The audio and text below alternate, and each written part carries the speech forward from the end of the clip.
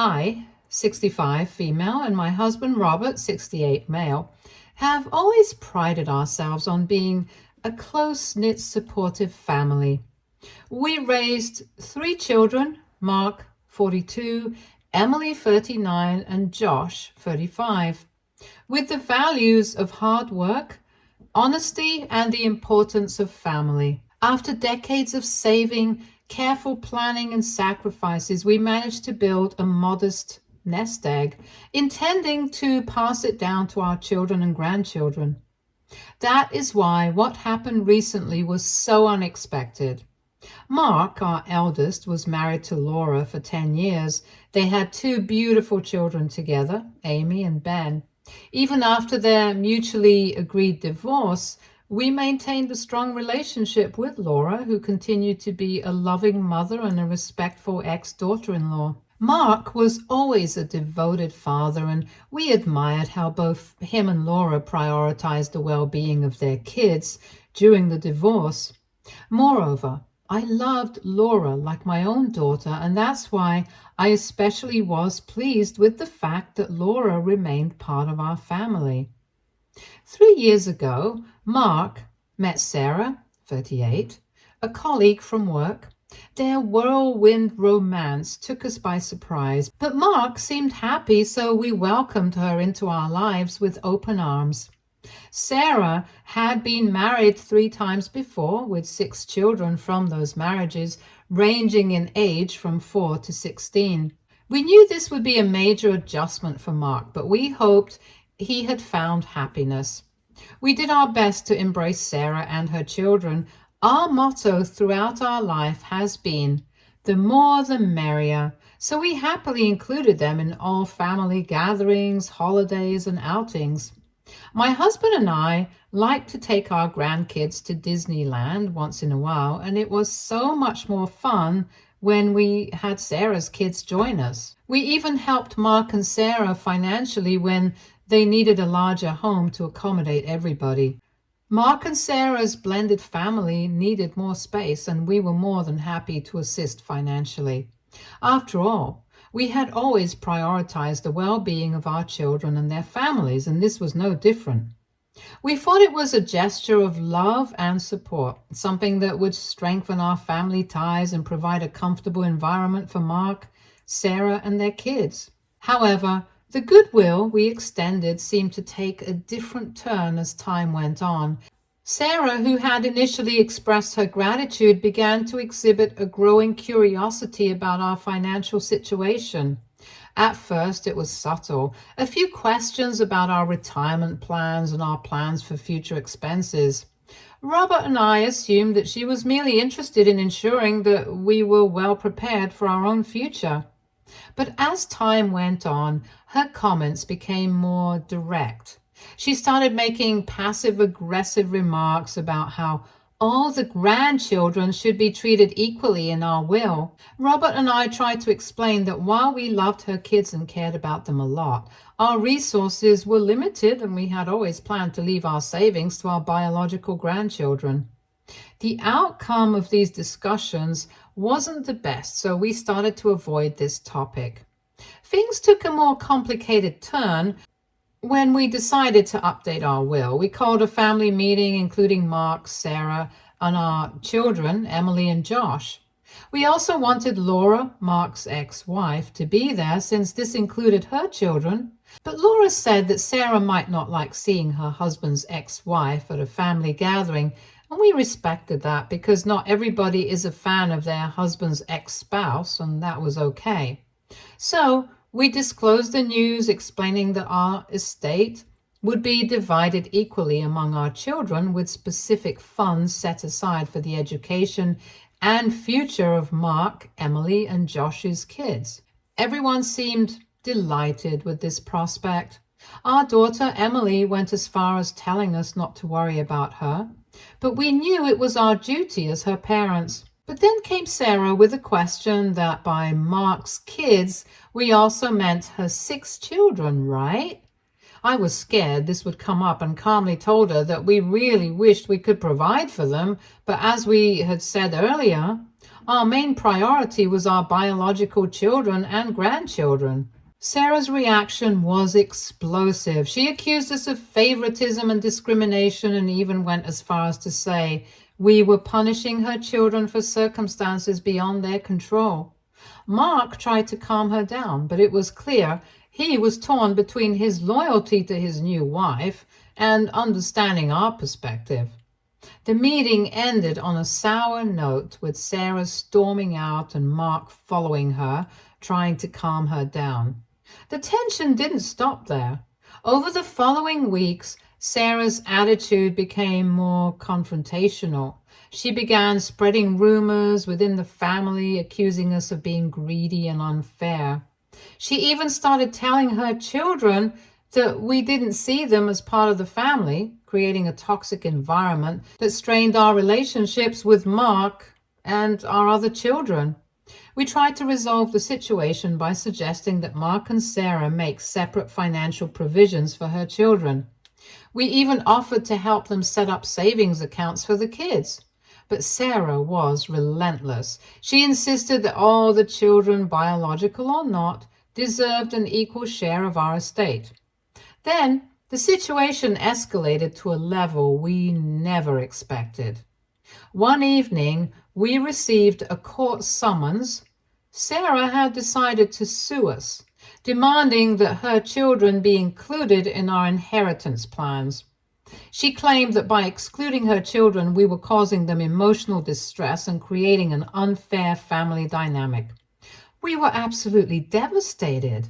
We had never imagined that our own daughter-in-law would take such extreme measures. The legal battle that ensued was stressful, to say the least.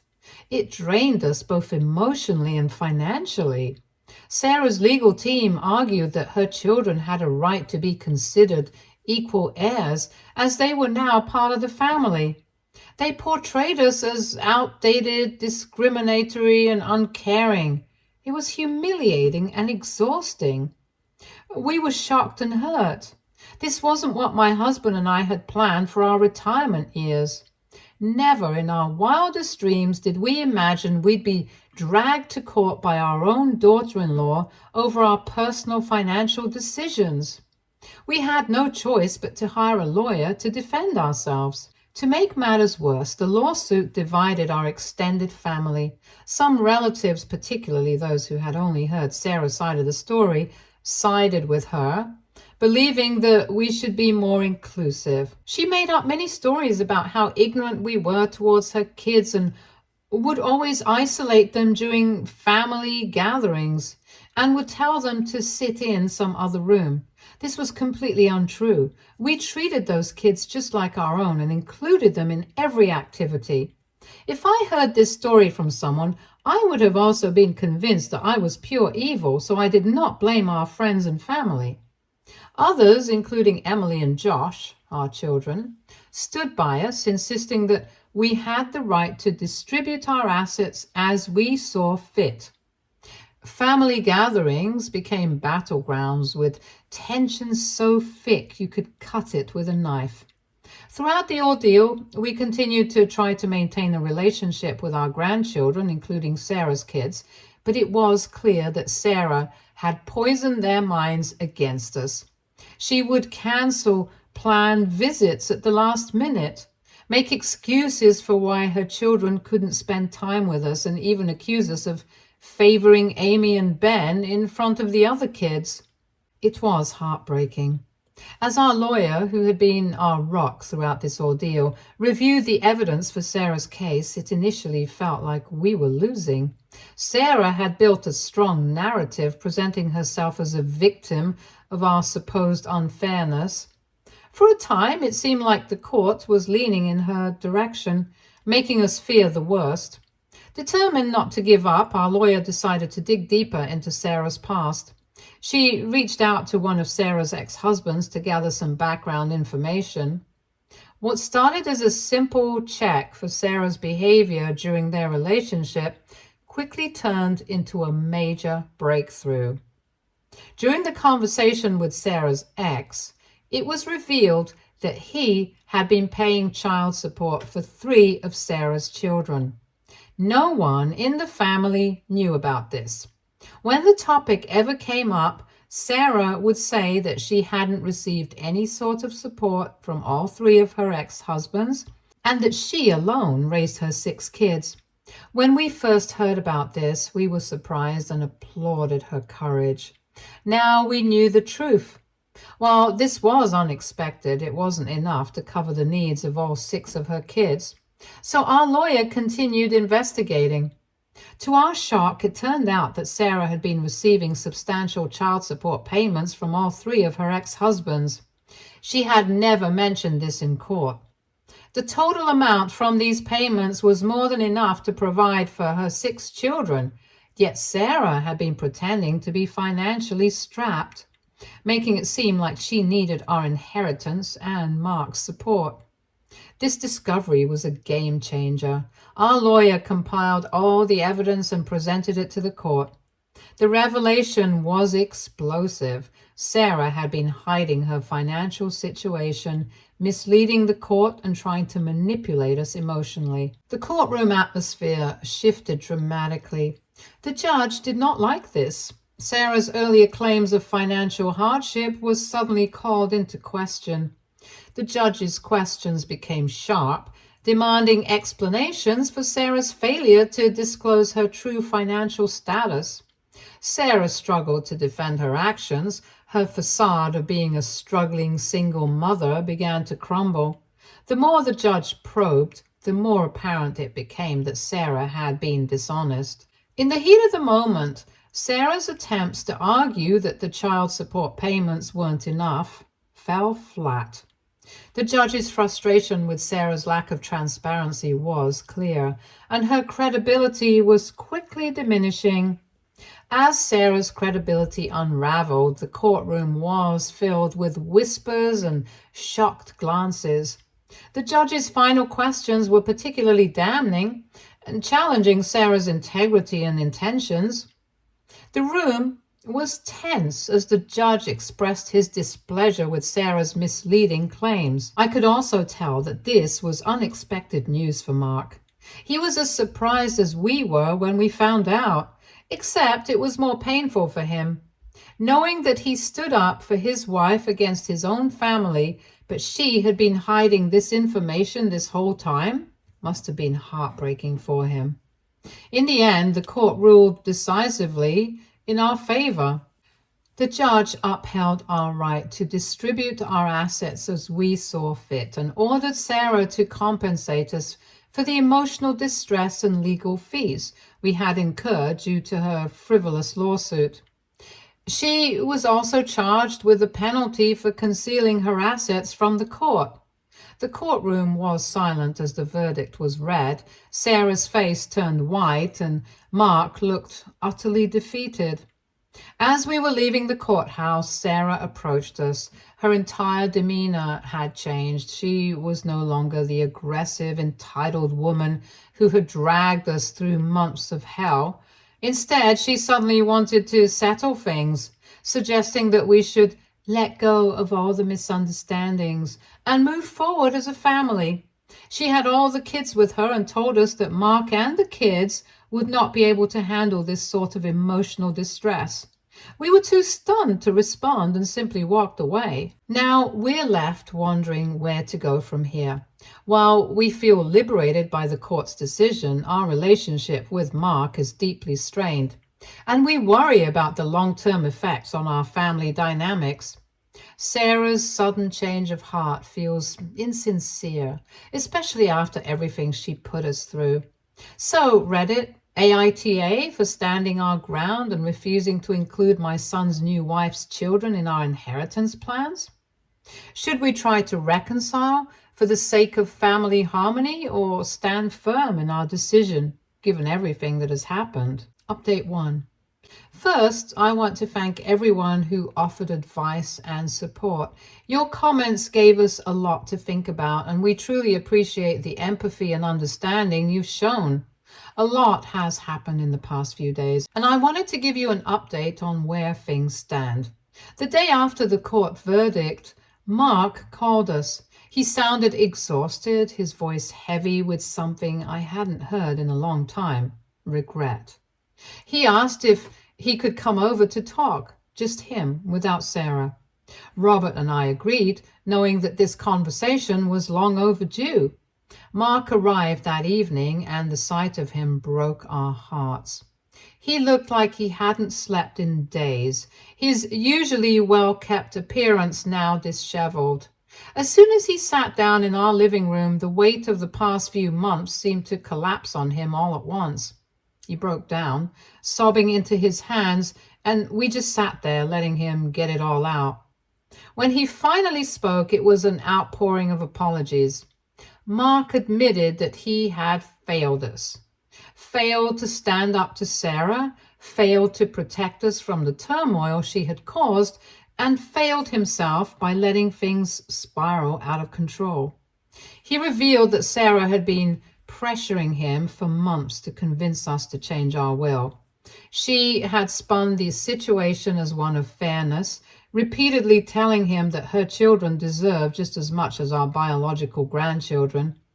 When Mark tried to reason with her, pointing out that it wasn't about fairness, but about the reality of our financial situation, Sarah became more insistent, even threatening to leave him if he didn't support her in the lawsuit. Mark shared that he had felt trapped, torn between his loyalty to his wife and his love for his parents. He admitted that deep down he knew Sarah's demands were unreasonable, but he felt powerless to stop her. He was afraid of losing his marriage, and in his desperation, he let Sarah take the lead, even though he knew it was wrong.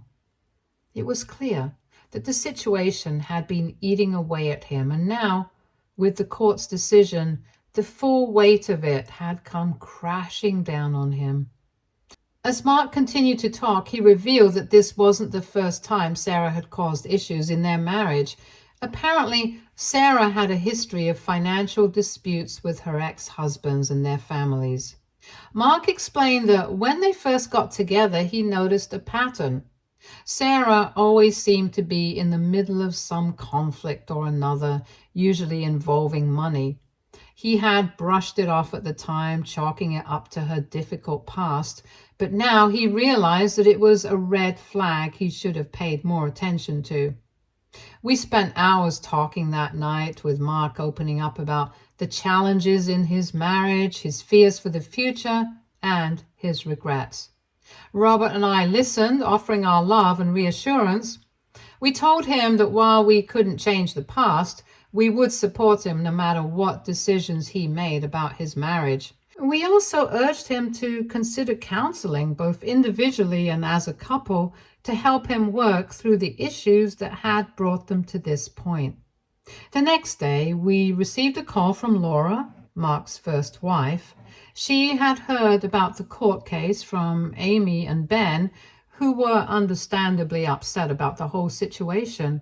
Laura, who has always been a steady presence in our lives, offered her support. She thanked us for always being fair and loving grandparents to her children and expressed her sadness over what had happened. Laura told us that she had spoken to Amy and Ben, reassuring them that they were loved and that this conflict didn't change how much we cared for them. Her kindness and understanding were a balm to our weary hearts. As for Sarah, we haven't heard directly from her since the courthouse. However, through the family grapevine, we've learned that she's been trying to garner sympathy, portraying herself as a victim of our supposed cruelty. She's been spinning a tale about how we mistreated her and her children, using the court's verdict as evidence of our unfairness. Some relatives, particularly those who weren't privy to all the details, have been swayed by her version of events. They see us as the villains in this story, despite everything we've done to try and keep the peace. But thankfully, others have seen through her act, recognizing it for what it is, a desperate attempt to shift the blame and avoid taking responsibility for her actions. In the midst of all this, we've decided to focus on what matters most: healing our relationship with Mark, and maintaining strong bonds with all our grandchildren. The court's decision may have settled the legal matter, but the emotional wounds it left behind will take time to heal. We've decided to seek family counseling, something we believe will help us navigate this complex and painful situation. It's not just about moving forward, it's about finding a way to rebuild the trust and love that has been damaged by this ordeal. For now, we're taking things one day at a time. There's still a lot of uncertainty about what the future holds, but we're determined to stay strong as a family. I'll keep you all updated as things progress, and once again, thank you for your continued support. Update 2. Things have taken an unexpected and disturbing turn since my last update. Just when I thought the dust was beginning to settle, a new crisis emerged, one that has shaken us to our core and forced us to confront the possibility that this conflict with Sarah might be far from over. Yesterday morning, while Robert and I were babysitting Josh's kids and going about our usual routine, we received an unexpected visit from Child Protective Services, CPS. The arrival of CPS at our doorstep was shocking, to say the least. We had no idea what could have prompted this visit, but the moment the CPS worker introduced herself and mentioned an anonymous report of emotional abuse and neglect of Sarah's children, my heart sank. It didn't take long for us to suspect who might be behind this. The CPS worker explained that they were required to investigate all reports of potential child abuse or neglect, regardless of the source. She assured us that this was just a routine inquiry, but the implications were terrifying. The idea that someone, likely Sarah, had made such a serious and false accusation against us was both infuriating and deeply unsettling. The worker asked to speak with us individually and then conducted a thorough inspection of our home. She checked every room, every closet, every corner, taking notes as she went. Robert and I were cooperative, explaining the entire situation, including the recent court case and the ongoing conflict with Sarah. We showed her the documentation from the court proceedings, which clearly outlined the nature of the dispute and the court's ruling in our favor. As the visit continued, the CPS worker's initial formality began to soften. She seemed to understand that this was more than just a family dispute. It was a case of malicious retribution. She reassured us that based on her initial assessment, there was no evidence to support the claims made in the report. She thanked us for our cooperation and left, promising to follow up with a written report in a few days. The whole experience left me shaken. We've been through a lot over the past few months, but this felt like a new low. It's one thing to be dragged through the courts over money, but to be accused of harming children, especially children we've tried our best to welcome into our family, was devastating. Later that afternoon, we received a frantic call from Mark. He had just found out about the CPS visit and was horrified. Mark was in full-blown panic mode, his voice trembling as he spoke. He confirmed our suspicions that Sarah was behind the report. According to Mark, when Sarah found out that he had visited us alone the other night, she flew into a rage. She accused him of betraying her, and in her fury, she threatened to make us pay for what she perceived as a slight against her and her children. Mark was distraught. He told us that Sarah had become increasingly erratic since the court verdict, lashing out at him and the kids and refusing to let go of her anger.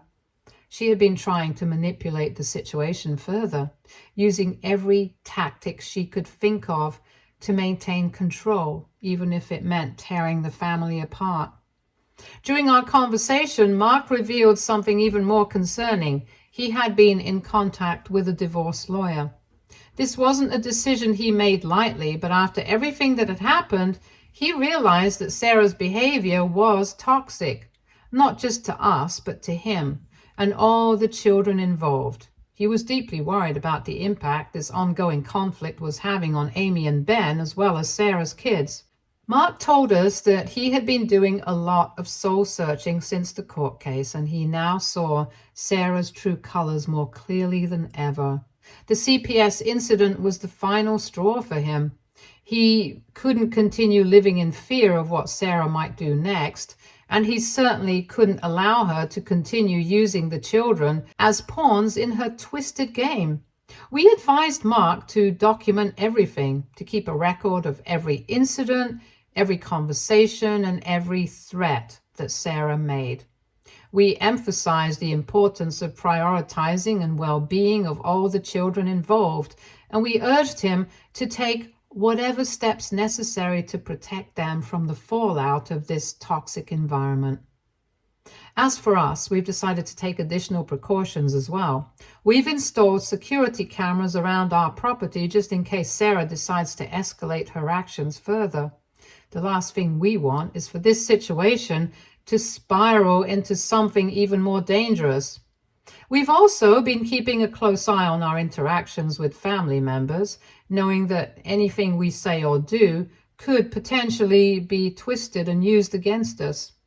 The family remains divided over this whole mess, but the tide is slowly beginning to turn. More and more relatives are starting to see Sarah's true colors. They're realizing that this isn't just a case of a misunderstood daughter-in-law trying to do right by her kids. This is something far more malicious. Sarah's actions have gone beyond what anyone could consider reasonable, and the lengths she's willing to go to in order to get her way are becoming increasingly apparent.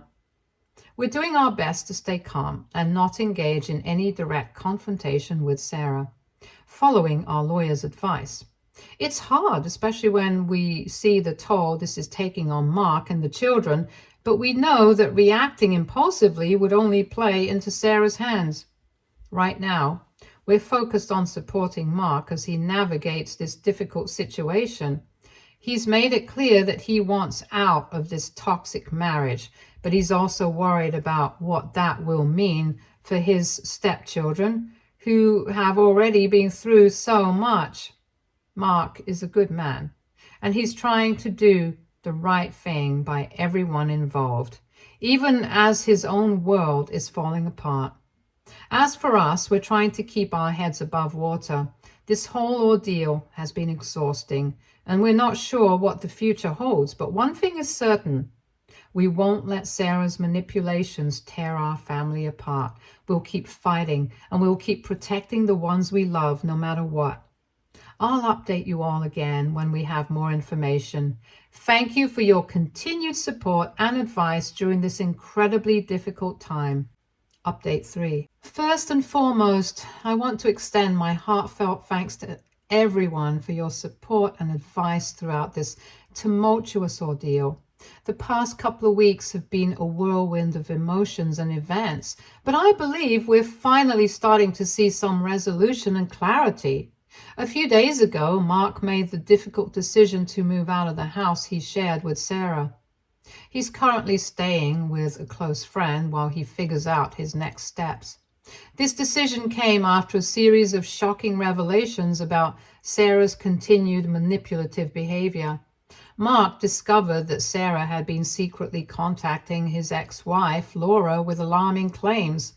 She told Laura that Mark had been drinking heavily and had become aggressive, suggesting that Laura should not allow their children, Amy and Ben, near him for their safety. Laura, to her credit, saw right through Sarah's lies and manipulation. She immediately informed Mark about Sarah's deceitful attempts to turn her against him. Laura's support has been a crucial anchor for Mark during this chaotic time, and we're grateful for her clarity and strength. As if that wasn't enough, Sarah's lies didn't stop there. She reached out to Emily and Josh, further spreading chaos and discord. She told them that we didn't care about them or their children and that everything was going to be given to Mark in the end. Apparently, Sarah had overheard a conversation between Mark and Robert during a family gathering, which she twisted to fit her narrative. Emily and Josh saw through Sarah's erratic behavior immediately and confronted her directly. When Sarah realized that her manipulation was failing, she abruptly ended the call, further demonstrating her desperation and volatility. This latest betrayal was the last straw for Mark. He has since filed for divorce from Sarah and is seeking full custody of Amy and Ben. He's also working closely with his lawyer to address the false CPS report Sarah had filed. The gravity of the situation has hit home for Mark, and he's determined to protect his children and ensure that Sarah's attempts to manipulate and deceive are properly dealt with in court. Sarah, now facing the fallout from her failed schemes, has attempted to contact us multiple times. She has left tearful voicemails, apologizing profusely for her actions and begging us to convince Mark to give her another chance. We have chosen not to respond to her overtures. Instead, we are keeping all communications for potential legal use, ensuring that we have a complete record of her attempts to mend fences in the wake of her failed manipulations. In the midst of all this turmoil, we've had the opportunity to spend some much needed time with Amy and Ben. Sarah hadn't left them in peace either. Now, when they look back, they keep recalling incidents when Sarah made them feel left out. She would often compare Amy's achievements to her own daughter and told them once that they were too reliant on their father. They are understandably shaken by the events that have happened, and we've done our best to reassure them of our unwavering love and support. We're working with Mark to ensure that they have access to therapy and stuff to help them process and cope with everything that has happened. Their emotional well-being is a top priority for us, and we want to make sure they have the support they need during this challenging time. Regarding Sarah's children, our concern for their well-being remains strong. Despite the conflict with Sarah, we don't want her kids to feel abandoned or rejected by the family they've been a part of for the past few years. Mark agrees with us and is exploring ways to maintain a relationship with them, potentially through supervised visitation, depending on the outcome of the divorce proceedings. We hope to find a way to continue being a positive presence in their lives despite the current circumstances. The extended family has largely rallied around us and Mark in recent days. Those who initially sided with Sarah have reached out to apologize after learning the full extent of her actions and manipulations. We're in the process of slowly rebuilding those relationships as trust and understanding are being reestablished. It's a long road, but we're hopeful that we can mend these familial bonds over time. Through this experience, we've learned several valuable lessons. While we don't regret our initial decision regarding our will, we recognize that our communication about our intentions could have been clearer from the outset. In light of the recent events, we've decided to set up a small trust specifically for Sarah's children's education, separate from our main will.